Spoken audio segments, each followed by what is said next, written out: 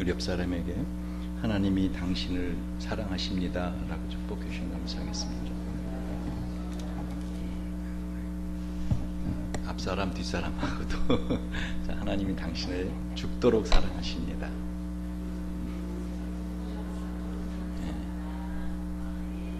십자가에서 죽으시도록 사랑하십니다. 오늘 하나님의 말씀을 같이 보도록 하겠습니다. 창세기 37장 5절에서 11절입니다. 창세기 37장 5절에서 11절.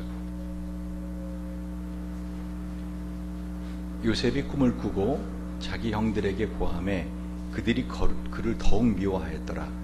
요셉이 그들에게 이르되 청컨 나의 꿈을 들으시오. 우리가 밭에서 곡식을 묵더니 내 단은 일어서고 당신들의 단은 내 단을 둘러서서 절하더이다.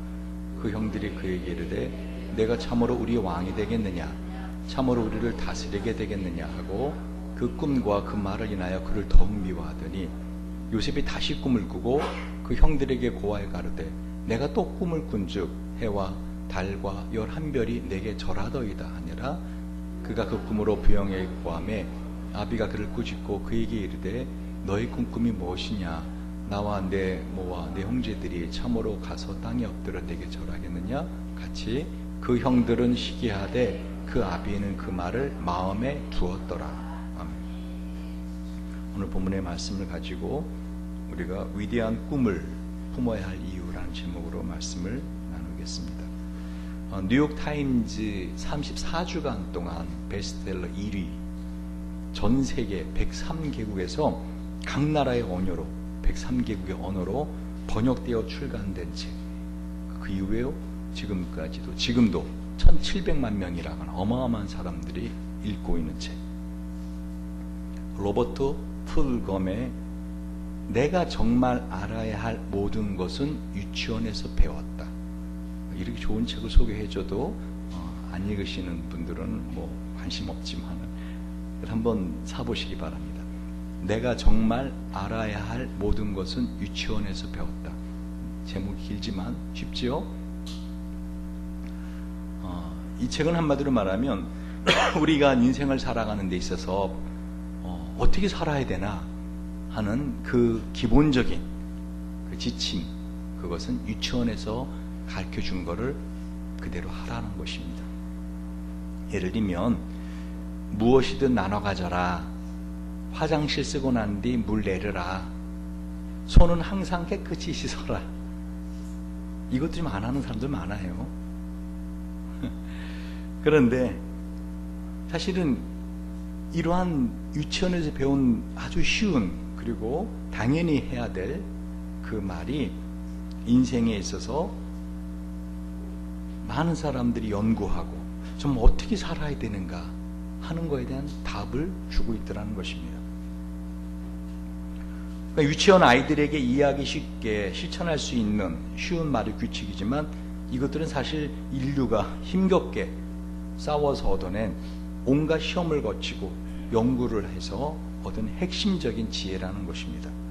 다시 말하면 이 인생에서 어떻게 하면 좋을까, 어떻게 살아야 되나 하는 그 지혜는 어떤 상아탑 꼭대기 대학원이 아니라 유치원의 모래성 속에 있다는 것입니다. 간단한 예만 들어볼게요.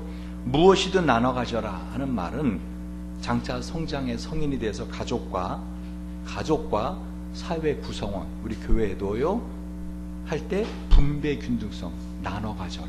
그러니까 내가 원한다고 내가 다 가지려 하지 말아라. 아주 중요한 이야기죠. 또는 항상 손을 깨끗이 씻어라. 그것은요, 한 사회 역사는 철학과 정치 이론보다 질병을 이해할 때 더 잘 이해할 수 있다는 것입니다. 곧 마음의 때를 씻어내는 것이 중요하듯 손을 깨끗이 씻는 기본적인 위생과 화장실을 사용한 후에 반드시 물을 내려주는 기본적인 규칙은 본인은 물론 가족과 사회 전체 구성원의 건강을 유지하는 가장 근간이 되는 것이라는 것입니다. 근데 저는 이 책에서 그 어떤 것보다도 강조해야 될 것이 하나가 있다라고 저는 생각을 합니다.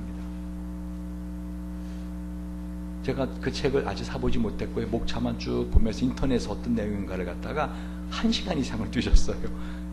책이 없으니까 인터넷에 그 책을 내용을 보고 싶어서. 그래서 그 책에 대한 독후감도 보고 봤는데 뭐가 빠져 있는가 하면은 제가 볼 때는 정말 유치원에 있는 아이들, 어린 아이들에게 강조해야 될 하나가 뭐냐면 큰 꿈을 품어라. 전 이게 빠졌다고 봅니다. 여러분의 인생에서 왜 방향이 왔다 갔다 하는지 아십니까? 왜 삶이 힘들고 마음이 힘든지 아십니까? 인생에서 꼭 이루고 싶은 큰 꿈이 없기 때문입니다. 세상 사람들에게는 그러한 꿈은 한마디로 뭐죠?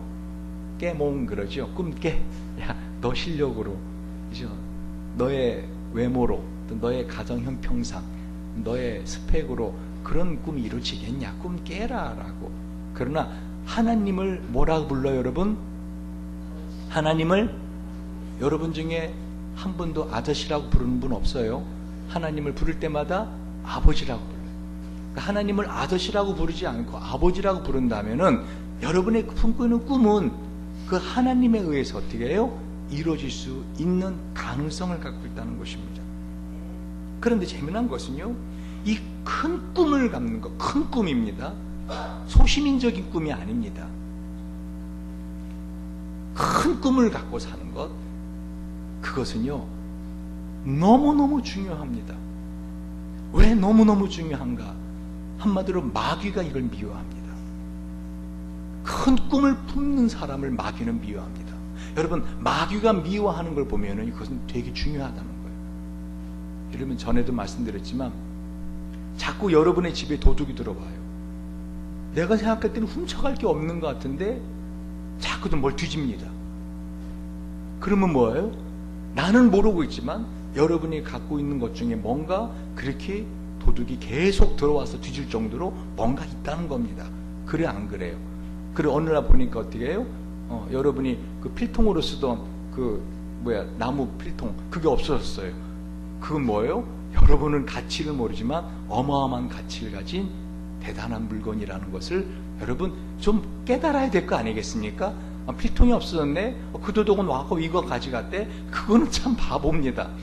다시 말하면 마귀가 저와 여러분의 삶에서 끊임없이 고통을 주고 여러분의 마음을 힘들게 하고 할 때는 뭐예요? 여러분이 큰 꿈을 품을 가능성이 있는 사람들이기 때문에 그렇다는 것입니다.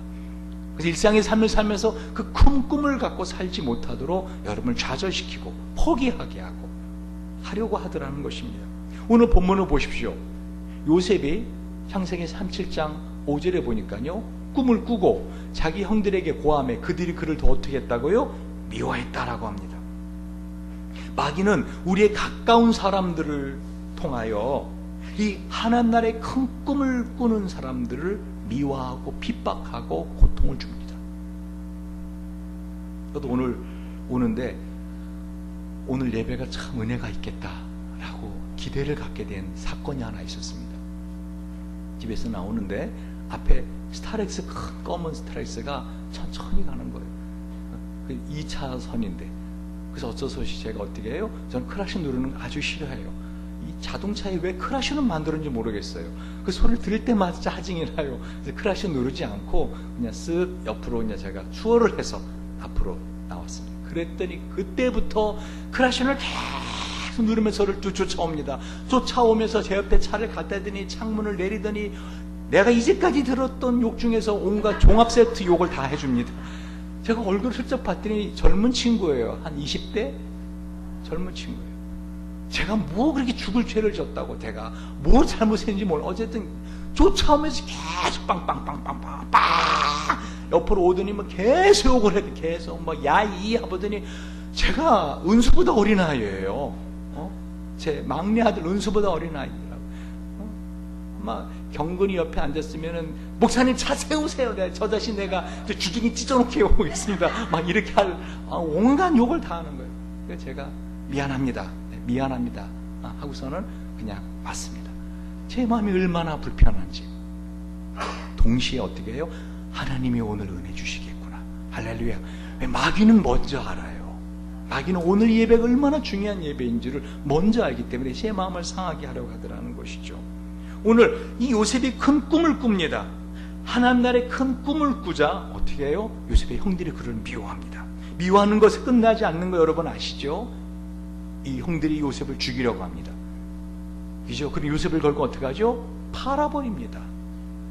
한마디로 인신매매를 했더라는 것입니다. 그런데 오늘 요셉의 꾼 꿈을 한번 해석해 보겠습니다. 요셉의 꿈이 아주 특별한 의미를 갖고 있더라는 것이죠. 자, 한번 보실까요? 6절부터입니다. 요셉이 그들에게 이르되 청컨 나의 꾼 꿈을 들으시오. 7절 읽어봅시다. 시작. 우리가 밭에서 곡식을 묵더니 내 단은 일어서고 당신들의 단은 내 단을 둘러서서 절하더이다. 여러분, 요셉이 꾼 꿈이 뭐예요? 곡식단에 관한 꿈입니다. 여러분, 우린 요셉의 인생을 이미 알고 있습니다.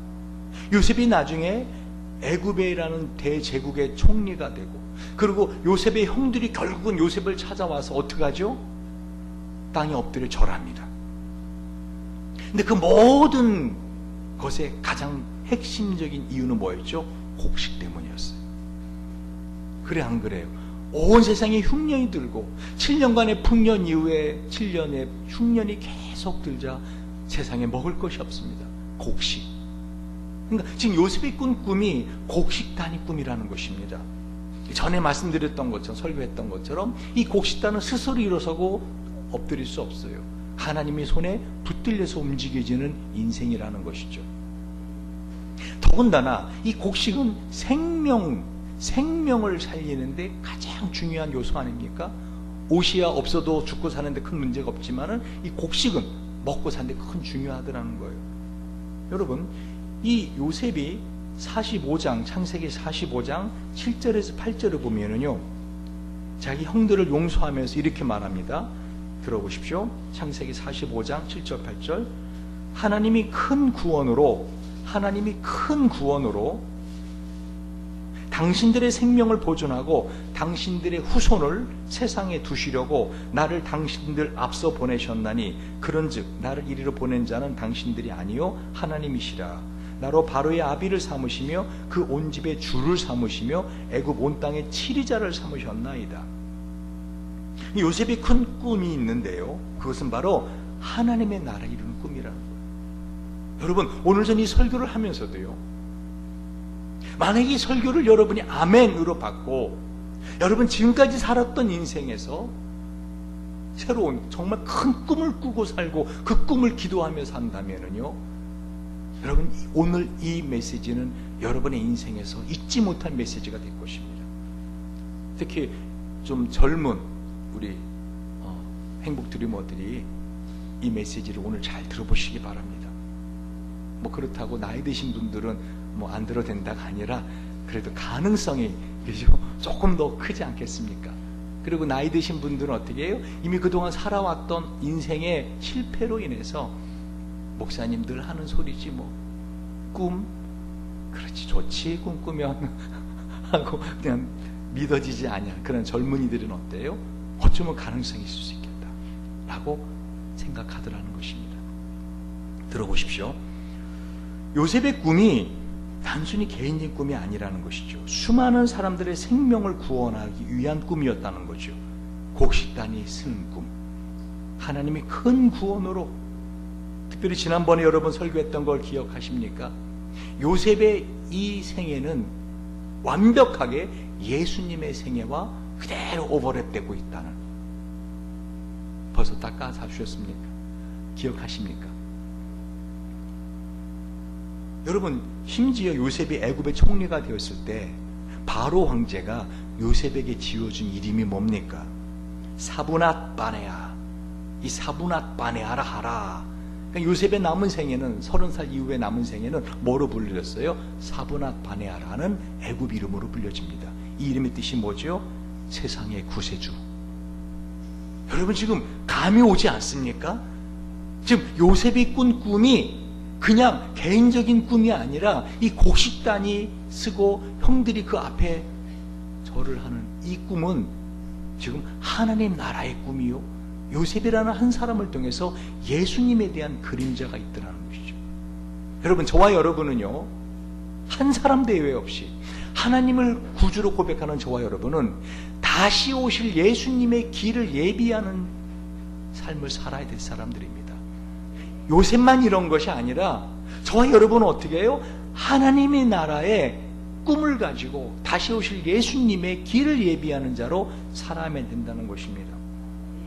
오늘 요셉이 그렇게 말하지 않아요? 하나님이 큰 구원으로 당신들의 생명을 보존하고 당신들의 후손을 세상에 두시려고 나를 당신들 앞서 보내셨나니. 그러니까 자신을 팔아먹고 자신을 죽이려고 했던 형들을 어떻게 용서할 수 있었는가 하면은 자신의 인생에 대한 하나님의 조명을 이해할 때 용서가 됩니다. 그러니까 이 요셉은 형들을 용서할 수 있었다는 것입니다. 여러분, 이 요셉이 뭐라고요? 큰 구원을 하나님 나를 통해서 하시려고, 당신들의 후손을 세상에 두시려고. 여러분, 요셉의 형 중에서 유다가 있는 거 아십니까? 이 유다가 누구의 조상이 되죠? 나중에 다윗의 조상, 그리고 누구의 조상이요? 예수의 조상이 돼요. 더군다나 요셉의 두 번째 꿈은요, 이 첫 번째 꿈을 더 확증해 주는 꿈입니다. 9절을 보십시오. 요셉이 다시 꿈을 꾸고 그 형들에게 고하여 가로되 내가 또 꿈을 꾼즉 해와 달과 11별이 내게 절하더이다. 이것은 온 우주적 통치자로 오실 예수를 예표하는 꿈입니다. 근데 야곱이 요셉이 형들에게 시기와 질투받는 것을 염려해서 요셉을 짐짓 꾸짖습니다. 그렇죠? 요셉이 그런 꿈을 꾼 것에 대해서 아버지에게 말하자, 그럼 나와 내 어미와 내 형제들이 너에 가서 절을 하란 말이냐 하면서 이제 짐짓 꾸짖습니다. 그러나 마지막 절을 보십시오. 11절 시작. 그 형들은 시기하되 그 아비는 그 말을 마음에 두었더라. 여러분, 요셉의 꿈을 듣고 야곱이 뭐를 생각했을까요? 하나님께서 정녕 나에게 주셨던 꿈을 이루시려나 보다. 창세기 35장 10절 11절에 하나님이 야곱에게 뭐라고 말씀하셨죠? 그에게 이르시되 내 이름이 야곱이다마는 내 이름을 다시는 야곱이라 부르지 않겠고 이스라엘은 내 이름이 되리라 하시고 그가 그의 이름을 이스라엘이라 부르시고 그에게 이르시되 나는 전능한 하나님이니라. 생육하며 번성하라. 국민과 많은 국민이 내게 나고 왕들이 내 허리에서 나오리라. 그러니까 야곱이 지금 요셉의 꿈을 가지고 어떻게 해요? 12별을 생각하게 되라는 것이죠. 12지파로 시작하는 하나님의 나라. 그러니까 야곱은 요셉의 꿈을 마음에 두었더라는 말이 뭐죠? 정녕 하나님이 내 아버지 이삭, 내 할아버지 아브라함에게 하셨던 그 약속을 이 요셉을 통해서 이루시려나 보다 하는 믿음을 갖게 되었다는 말입니다. 여러분, 저는 오늘 이 말씀을 묵상하면서 어저께 정말 이 설교는 진작 준비했었어요. 그런데 묵상하다가 제가 목양실에 새벽 4시까지 거의 제 마음에 얼마나 끓어오르는지 마음이. 왜요? 기도하고 또 기도한 이유가 있는데요.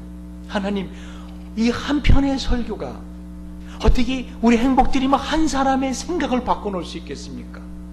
여러분이 얼마나 고집스러운 사람들인지 여러분 잘 아시지 않습니까? 그러나 하나님 정말 소원하오기는 이 한편의 설교를 통해서 우리 행복드리모들의 이 마음이 큰 꿈을 품게 해 주시옵시고, 자신이 이 땅에 왜 사는지, 왜 지금까지 그런 고통을 겪으며 살았는지, 자신이 왜 이런 모습으로 태어났는지, 왜 자신의 그런 부모를 주었고 그런 형제를 주었고, 왜 자신의 그런 배우자를 만나게 하시고, 왜 자신에게 지금까지 그런 스펙을 쌓게 하였고, 왜 자신한테 그런 성격과 그런 어떤 기질을 주셨는지를 깨달아 알게 하여 주시옵소서.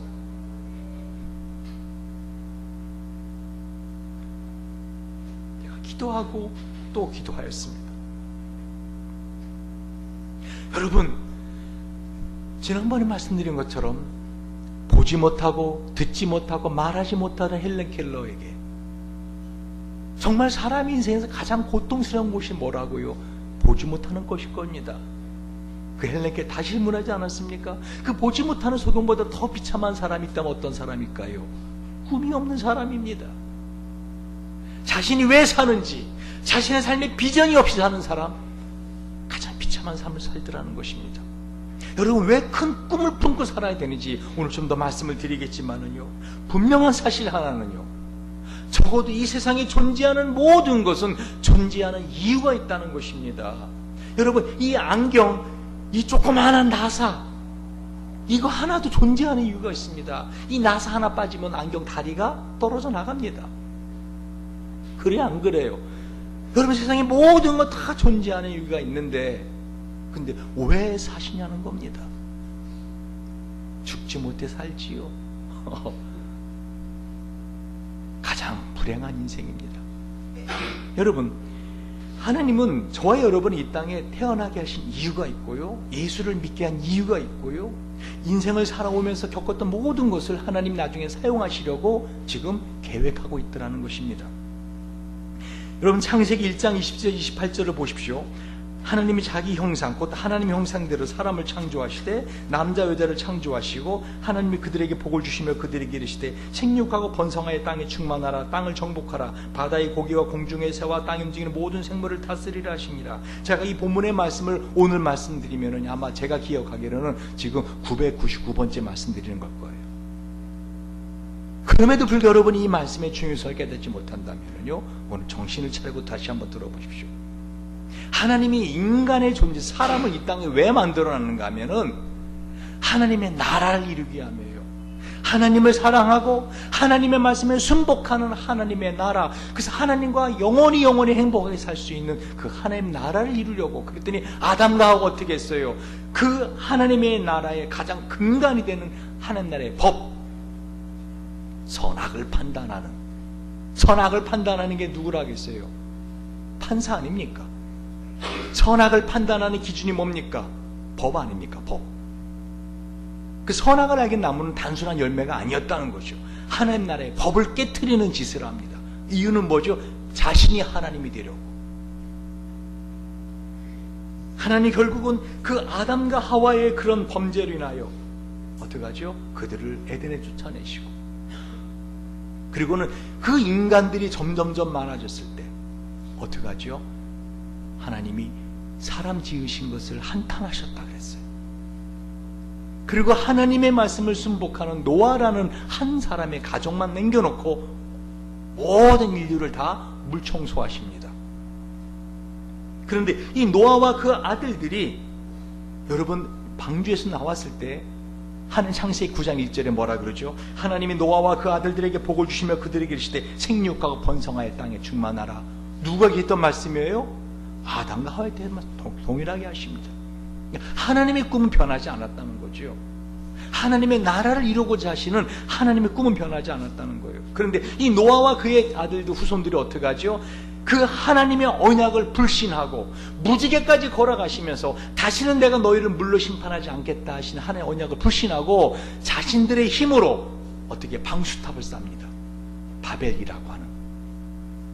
그래서 창세기 11장을 보시면 알겠지만요, 그들이 어떻게 해요?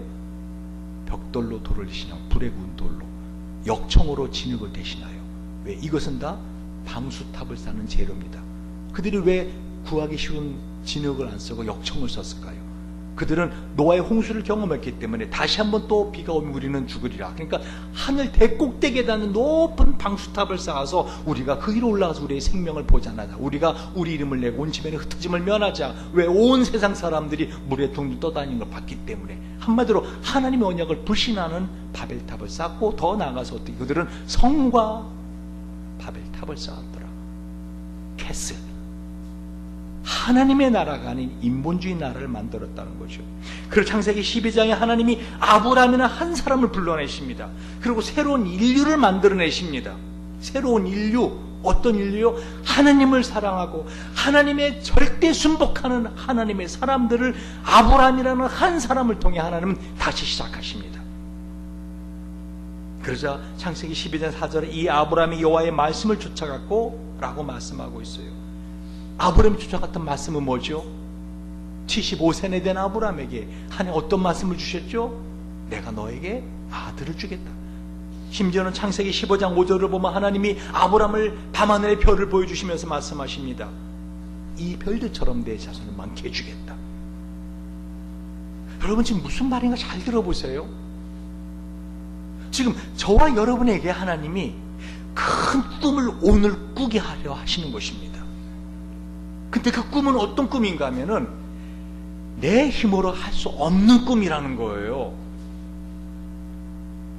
여러분, 왜 하나님이 75산에 대한 아브라함을 불렀을까요? 이미 이 사라는 65세가 되었고, 나중에 아들 이삭을 줄 때는 몇 살에 주죠? 아브라함이 100살에 줍니다. 사라는 몇 살이요? 90살. 한마디로 뭐를 지금 주님이 우리에게 보여주려는 거예요? 이 하나님의 나라의 꿈은 너의 힘으로 할 수 없는 것이다. 그래 안 그래요? 그걸 보여주라고 지금 성경은 창세기부터 계시록까지 우리에게 보여주고 있는 것입니다. 근데 분명한 사실 하나는, 너가 이 세상에 왜 태어났는지 아니? 너가 왜 인생을 살면서 그런 고통을 당하는지 아니? 너의 그 꿈을 이루기 위함이야. 오늘 저는 이 말씀을 통해서요, 아브라함이 가졌던 믿음을 가지시기 바랍니다. 여러분, 아브라함이 나중에는 그 이삭마저도 어떡하죠? 하나님이 번제로 바치라. 그랬더니 아브라함이 어떻게 해요? 실제로 이삭을 묶더니, 그죠? 그를 태울 나무 위에서 어떻게 해요? 목에 칼을 내리치지 않습니까? 왜요? 로마 4장 17절 보세요. 그의 믿음 바 하나님은 죽은 자를 살리심이 없는 것을 있는 것 같이 부르시는 이시니라. 오늘 이 믿음이 저와 여러분에 있게 되기를 주님 이름으로 축원드립니다. 그의 믿음 바 하나님은 죽은 자를 살리심이 없는 것을 있는 것 같이 부르시는 이시니라. 히브리 11장 19절에 저가 하나님이 능히 죽은 자 가운데서 다시 살릴 줄을 생각한지라 비유컨대 죽은 자 가운데 도로받은 것이니라. 그러니까 아브라함 믿은 거예요. 하나님 분명히 이삭을 통해서 밤하늘의 별처럼 많은 자손을 주겠다고 하셨다. 근데 지금 하나님이 이삭을 번제로 잡아 죽이라 그러신다. 어떻게 해요? 태훈이를 잡아 죽이라는 거예요. 태훈이를 꼭 묶었어요. 근데 백지사님 마음에 믿음이 생긴 거예요. 내가 태훈이를 죽여도 목을 따고 창자를 끄집어내서 기름을 다 제거하고 어떻게 해요? 뼈를 꺾고, 그죠? 우선 피부부터 벗겨내야겠다. 다 벗겨내고 태워도 하나님이 다시 살리시리라 하는 믿음을 가졌다는 거예요. 그러니까 어떻게 해요? 서슴지 않고 아브라함은 이삭의 목에 칼을 내리치는 겁니다. 이제는 누가 당황스럽게 됐어요? 하나님이 당황스럽게 됐어요. 하란다고 진짜 하냐? 뭐 이렇게 나오는 거예요. 너 그런 꿈을 꾸라겠다. 진짜 그런 꿈을 꾸냐? 정말 하나님이 하실 걸 정말 믿고 아브라함은 그렇게 하자. 하나님이 뭐라 그러죠? 아브라함아 아브라함아, 창세기 22장 12절에 하나님 다급해지면 2번이나 불러요. 아브라함아 아브라함아, 그 아이에게 내 손 대지 마라. 아무 일도 그에게 하지 마라. 내 아들 내 독자라도 내게 아끼지 아니하였으니 내가 이제야 내가 하나님 경외하는 줄 아노라. 저는 정말요, 하나님을 당황케 하는 이 믿음의 사람이 있기를 원합니다. 하나님을 감동주는 큰 꿈을 가진 사람이 있기를 원합니다. 여러분, 큰 꿈을 가지시기 바랍니다. 여러분, 왜 마귀가 큰 꿈을 가진 사람을 미워하고 그에게 특별한 고통을 주는지 아십니까? 그 하나님나라의 큰 꿈이 이루어지면 어떻게 해요? 마귀에겐 치명타거든요. 근데 그 꿈을 이루실 분이 누구라는 걸 알아요? 하나님인 걸 알거든요. 그러니까 마귀는 큰 꿈을 가진 사람을 가장 두려워하면서 가장 미워합니다. 여러분, 우리 교회에 꿈이 있지 않습니까? 제가 고등학교 2학년 때 하나님께 받은 꿈이 있지 않습니까? 제가 고등학교 때 그 받았던 그 꿈, 세계 선교 기지 도시를 건설하라는, 여러분 저 유아실에 가면은 걸려있는 그 액자 그림, 그게 제가 본 꿈입니다. 그 꿈을 위해서 저는 지금까지 살아오고 있습니다. 제가 대학을 간다고 했더니 왜 그 꿈을 이루기 위해서는 어떻게 해요? 제가 대학을 세워야 되거든요. 그러니까 다들 말이 안 된다는 식으로, 네 형편이 무슨 대학이냐. 우리 형님들 두 분이 하신 말씀입니다. 공장에 가서 돈이나 좀 벌어와라. 그게 형님들이 하신 말씀입니다. 그리고 등록금 안 주셔요. 제가 유학을 간다고 했더니, 더나 가족들 다 데려간다고 했더니 사람들이 하는 말 중에 하나가, 그거는 참 지혜롭지 못한 일이다. 먼저 혼자 가서 공부하다가 형편 잡히면 데려가라. 저는요, 그 영국에도, 그 미국에도 하나님이 계신 걸 믿었기 때문에 그냥 통장에 잔고를 보지 않고 그냥 유학을 가고 지금까지 살아왔습니다. 제가 이 한국 교회를, 교단과 교파를 초월하는 교회 하나의 단체를 묻고 싶습니다. 그게 제 꿈입니다. 연합해서 세계 선교 기지를 만들어서 이 시대에 3,000명의 선교사가 최소한 필요합니다. 하나님, 그들을 후원하기 위한 3만 명의 셀리들을 연합하는 연합 공동체 교회를 허락하여 주시옵소서. 그게 제 꿈입니다. 전 지난주에 또 한 번 그런 소리를 들었습니다. 왜요? 이 교회를 연합할 수 있는, 한국교회와 교단을 연합할 수 있는 일을 하겠다고 저보고 좀 앞장서달라 하는 것을 또 어느 분을 통해서 들었습니다. 장로님을 통해서. 여러분, 분명한 사실은요, 여러분이 큰 꿈을 가지고 살면은요, 그 꿈은 이루어집니다. 여러분에게 다른 것이 아니라 아브라함처럼 어떻게 해요? 믿으라는 거예요. 믿음은 바라는 것의 실상입니다. 할렐루야. 이럴 줄 알았습니다. 큰 꿈을 가진 사람은요, 여러분 왜 여러 눈이 반짝반짝 거리지 않는지 아세요? 지금 네 사람만 눈이 반짝거립니다. 평상시에 다른 눈빛을 저에게 보여주고 있어요. 왜? 이 큰 꿈을 가진 사람은요, 자신이 그 일을 이루는 힘이 없지만, 아브라함처럼 100살의 아기를 낳을 수 없지만, 그러나 100살의 아기를 낳게 하신 그 하나님이 그 꿈을 이루게 하신다는 것이에요. 그 큰 꿈을 가진 사람은요, 근데 한 가지 각오할 게 있어요. 뭐냐면 고난이라는 훈련소에 입소할 각오를 하셔야 됩니다. 제가 그저께 금요일 심야 기도 시간에 하나님 나라의 대표자의 나라 이스라엘의 왕이었던 사울과 이 다윗을 비교해 봤어요. 설교 중에. 그리고 왜 사울왕은 버림을 받았는가? 다윗은 어떻게 그렇게 한결같이 하나님의 사랑과 은혜를 입는 삶을 살았는가? 사울과 다윗을 비교해 봤더니 뚜렷한 딱 대조가 되는 게 하나가 있는데 뭐죠? 다윗에게는 13년이라는 광야의 훈련소 생활이 있었다는 것이죠. 사울에게는 그 광야의 훈련소 생활이 없었어요. 더 놀라운 사실은요, 제가 오늘 말씀을 준비하면서 요셉이요, 이 채색 옷을 입고 있다가 벗김을 당하고 노예를 끌려가서 노예 옷을 입습니다. 그리고 나중에 억울하게 누명을 써서 감옥에 갇힌 죄수복을 입어요. 그리고 죄수복을 나중에 벗김당하고 어떻게 하죠? 총리의 세마포 고운 옷을 입습니다. 그 시간이 13년이더라고요.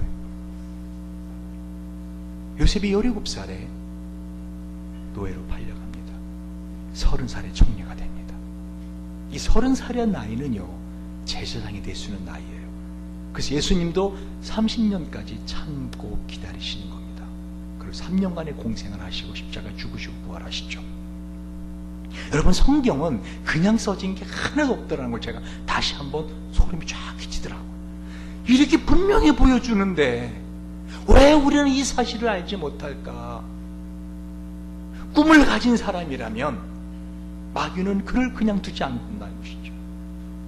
그런데 이 광야라고 하는 고통의 훈련소를 입소할 때요, 여러분, 그것은 자신이 생각할 때는 끔찍한 곳입니다. 다른 사람이 볼 때는 뭐 그 정도 고통 가지고 그래, 그 정도 고생 안 한 사람이 있어 라고 말합니다.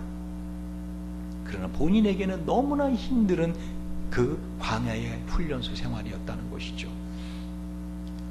낮에는 불에 달궈진 바늘다발같이 쏘아대는 햇살 아래 타들어가는 갈증 같은 갈증을 느끼며 사는 시간입니다.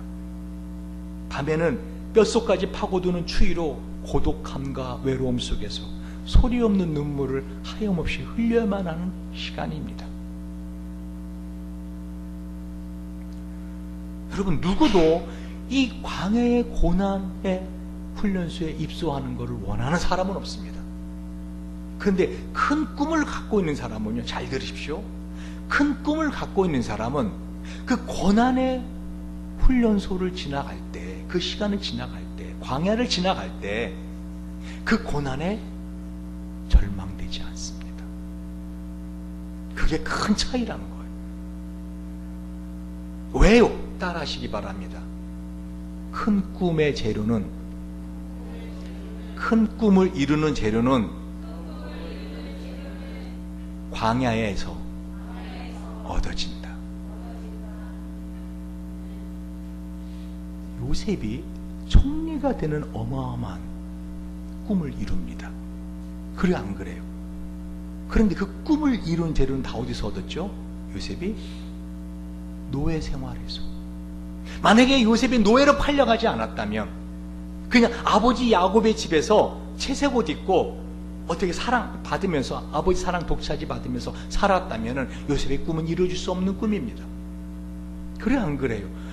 노예 생활을 했기 때문에. 그 채색 옷은 벗김당했지만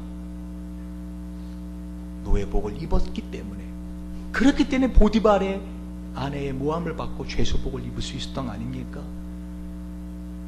그 감옥에 들어갔기 때문에 바로 황제의 떡 굽는 관원과 술 굽는 관원을 감옥에서 만날 수 있지 않았겠습니까? 그래, 안 그래요? 그리고 나서 이 총리의 옷을 입을 수 있는 거 아니겠습니까? 여러분, 하나님은 저와 여러분을 끔찍히 사랑하는 거 아세요? 정말 사랑하십니다. 여러분이 조그마한 고통도 하나님은 견디질 못하세요. 근데 왜 나에게 그런 고난의 시간들을 지나게 하셨는가? 왜 그 광야를 지나게 하셨는가? 왜? 그 광야에서 나의 꿈을 이루는, 꿈을 만들어내는 재료를 얻을 수가 있거든요. 더 놀라운 사실은요, 여러분, 요셉이 그 보디발의 집에 노예 생활을 할 때 요셉의 얼굴이 용모가 준수하고, 그죠? 아름다웠다라고 말해요. 저는 그 본문의 말씀을 계속 묵상하면서, how, 어떻게? 여러분, 요셉의 마음에 얼마나 응어리진 아픔이 있었겠어요. 형들에게 팔려오지 않습니까? 형들이 자기 죽이려고 했고, 지금 자긴 집에서 아버지의 사랑을 받으면서 채색 옷 입고 편안하게 살 수 있는데 노예 생활을 하고 있지 않습니까? 말이 10년간의 노예 생활이지요. 눈 뜨고 눈 감을 때까지 노예는 자신의 시간이 하나도 없는 거 아세요? 하나도 자기 뜻대로 되는 게 아무것도 없어요. 노예는 자신의 뜻대로 되는 게 아무것도 없다고요. 다 시키는 대로만 하는 그런 인생을 살아야 되지 않습니까? 그런데 그런 인생을 살고 그런 응어리를 가진 사람, 하늘 가진 사람은요, 따라하세요. 얼굴은 내 인생의 이력서입니다. 얼굴은 인생의 이력서예요. 요셉의 마음에 그 응어리가 있고 한이 있으면요, 그렇게 얼굴이 준수하고 용모가 아름다운 모습이 보여질 리가 없다는 거죠. 그럼 어떻게 요셉은 그렇게 아름다운 얼굴을, 평안한 얼굴, 아름다운 모습을 유지할 수 있었는가? 요셉이 꿈을 갖고 있었다는 거죠. 요셉은 큰 꿈을 품고 살았다는 것입니다. 더 놀라운 사실은요, 여러분, 성경을 쭉 보면서요, 요셉이 인생에서 여호와께서 그와 함께 하심이라 하는 말씀이 꼬리표처럼 붙어 다니게 되는 때가 언젠가 하면은요, 요셉이 집에서 채색 옷 입고 행복하게 살 때가 아니었어요. 창세기 39장 1절 2절을 보시겠습니다. 요셉이 이끌려 애굽에 내려가매 바로의 신하 시위대장 애굽 사람 보디발이 그를 그리로 데려간 이스마엘 사람 손에서 그를 산이라. 그러니까 요셉이 팔려갑니다. 여러분, 인생을 살면서요, 인신매매 당하는 거, 이건 끔찍한 일이에요. 사람이 값으로 팔려가는 거예요.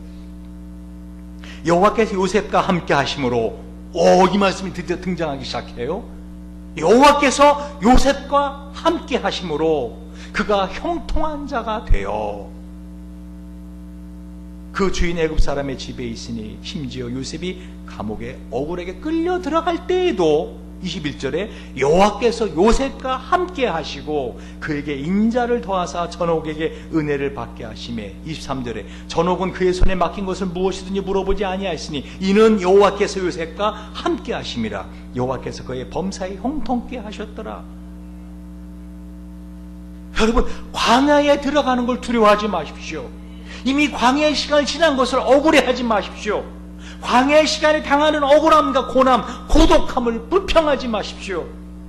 그 광야에서 장차 하나님 나라의 큰 꿈을 실제로 만들 재료를 하나님은 준비시키고 있는 것입니다. 그러므로 광야의 시간에 얻는 그 고통과 서러움과 고독함을 소중히 여기십시오. 요셉처럼. 여러분, 소시민의 꿈을 버리십시오. 하나님의 나라를 위한 큰 꿈을 꾸십시오. 제가 여러분 그 유아실에 있는 세계 선교 기지 도시 그 그림, 거기에 여러분의 건물이 있어야 됩니다. 그건 저 혼자 이룰 수 있는 게 아닙니다. 여러분의 꿈의 건물이 그 안에 들어가 있어야 된다는 것입니다. 할렐루야. 우리 현진이 같은 경우는 지금 굿네이버스에 다니고 있는데, 굿네이버스에서 승진했다고 좋아하는 거 좋아해도 됩니다. 가능하면 굿네이버스의 대표가 되시기 바랍니다. 그러나 거기서 멈추지 말라 그랬잖아요. 그 세계 선교 기지도시에 굿네이버스보다 더 큰 NGO 단체 빌딩을 하나님 허락해 주시옵소서. 현진이는 아주 소시민적인 꿈을 꾸고 있을지도 모릅니다.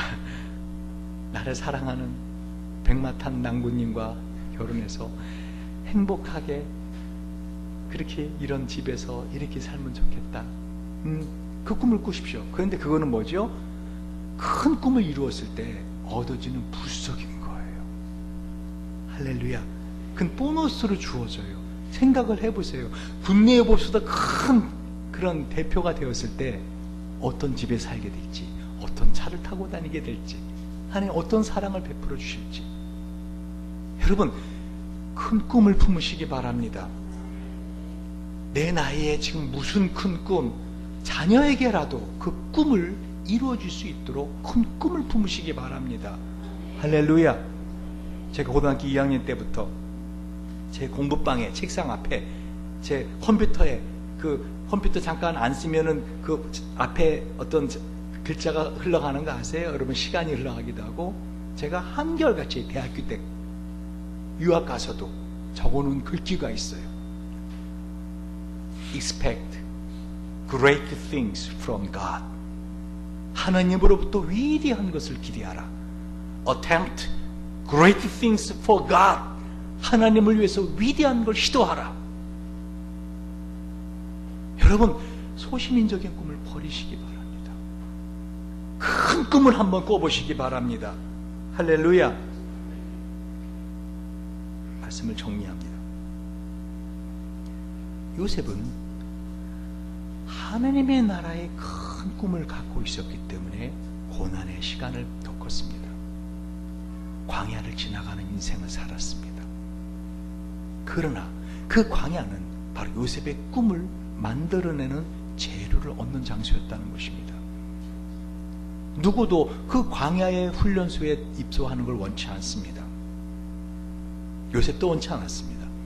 그러나 그런 시간들이 올 때 여러분의 마음에 찢어지는 것처럼 고통이 있고, 그 고독함과 아픔으로 베개를 다 적시는 눈물을 흘릴 때, 그 시간에라도 그 꿈을 보듬어 안으시기 바랍니다.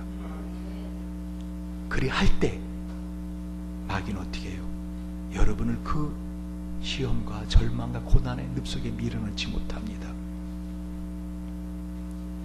저는 여러분이 우리 교회가 참으로 이 3,000명의 선교사를 파송하고 300명의 셀리더를 양성해내는 교회 연합운동의 중심에 있다고 저는 믿습니다. 그것을 이루기 위해서 30명의 선교사를 보내고 300명의 셀리더를 양성하는 교회가 되기 위해서 여러분은 다른 거 안 하더라도 믿어라도 주시기 바랍니다. 그것을 기도해 주시기 바랍니다. 그것을 이루시는 분은 하나님이십니다. 예화를 마지막으로 설교를 마치겠습니다. 과거 러시아의 수도인 페테르부르크에 아카키 에비치라는 노인이 살고 있었답니다. 사람들이 그 노인에게 당신의 소원은 뭡니까? 또는 당신의 꿈은 무엇입니까? 라고 물어보면 그 노인은 서슴지 않고 주저하지 않고 매번 이렇게 대답했습니다. 내 인생의 목표는 오직 하나인데요, 고급 외투를 갖는 것입니다. 그런 것이 어떻게 인생의 목표가 될 수 있을까? 의아하게 생각할지 몰라도요, 그 노인의 소원은 정말 고급 외투를 입는 것이었습니다. 그 노인은 그 인생의 목표를 달성하기 위해서 열심히 노동을 했고요, 드디어 80루블이라는 그 노인에겐 큰 돈을 준비할 수 있게 되었습니다. 드디어 그 외투를 살 수 있게 되었다는 것입니다. 그래서 그날은 노인에게 성공의 날이고 인생의 꿈을 이루는 날이었습니다. 그 노인의 마음은 큰 기대감과 흥분된 마음으로 가득 찼습니다. 그리고 그는 그 외투를 샀습니다. 집에 돌아오는 길에 강도를 만났습니다. 힘이 없는 노인은 강도에게 그만 그 외투를 강탈당했습니다.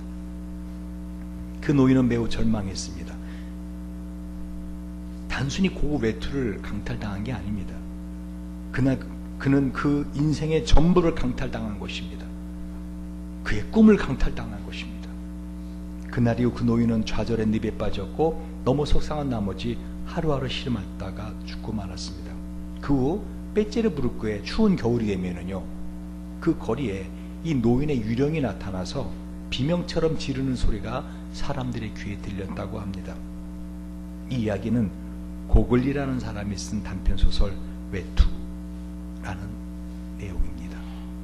여러분, 이 노인의 목표는 고급 외투였지만요, 현재 이 시대 어떤 사람은요, 값비싼 외제 자동차를 소유하는 것을 꿈을 갖고 사는 사람이 있어요. 또는 타워 팰리스 같은 아파트를 사는 것을 꿈을 갖고 사는 사람이 있어요. 통장에 잔고가 얼마 정도 있으면 하는 꿈을 갖고 사는 사람들이 있어요. 그러나 이 소유에 인생의 행복이 있지 않습니다. 마귀가 마음속에 넣어준 그 거짓말에 속지 마십시오. 우리가 잘 아는 엘릭 프롬이라는 심리학자는요, 소유에는 행복이 없다 안 하고 딱 단언했어요. 행복은 존재에 있다. 행복은 바로 나라는 존재에 있다는 것이에요. 그런데 이 나라는 존재를 존재하게 하는 것은요, 바로 꿈입니다. 여러분이 자신이 가진 재능, 자신이 가진 어떤 것을 가지고 그 꿈을 이루려고 하지 마십시오. 여러분 안에 순수하게 하나님이 만약에 나에게 무한한 재능과 무한한 돈과 무한한 가능성을 주신다면은, 하나님, 내 인생에 난 한번 이런 일을 하고 주님 앞에 서고 싶습니다. 할렐루야. 그런 꿈을 가지시고 그거를 기도하시고 그걸 이루실 하나님을 기대하신다면 하나님 반드시 그걸 이루실 하나님이시라는 것입니다. 전 여러분 중에서 진짜 제 꿈 중에 하나인데요, 이렇게같이 30, 300의 꿈을 이루어지고 나서 매주 예배 때마다 오케스트라가 반주를 하고 찬양을 하고 온 교인이 찬양을 들을 때는 정말 하나님의 임재를 체험하는 예배를 저는 꿈을 꿉니다. 그것을 위해서 여러분, 내가 하나님이 이런 일을 하기 원합니다. 여러분, 그런 꿈들을 꾸시고요, 우리 교회가 이 지역뿐만 아니라 전국이 아니라 세계적으로 어떻게 해요? 참 그 교회는 하나님의 나라를 위한 선교하는 교회다, 그런 소문이 나는 교회 되길 원합니다. 우리 교회는요, 퍼져도 더 많은 사람을 퍼줄 수 있는 그런 NGO 단체가 있는 교회가 되길 원합니다.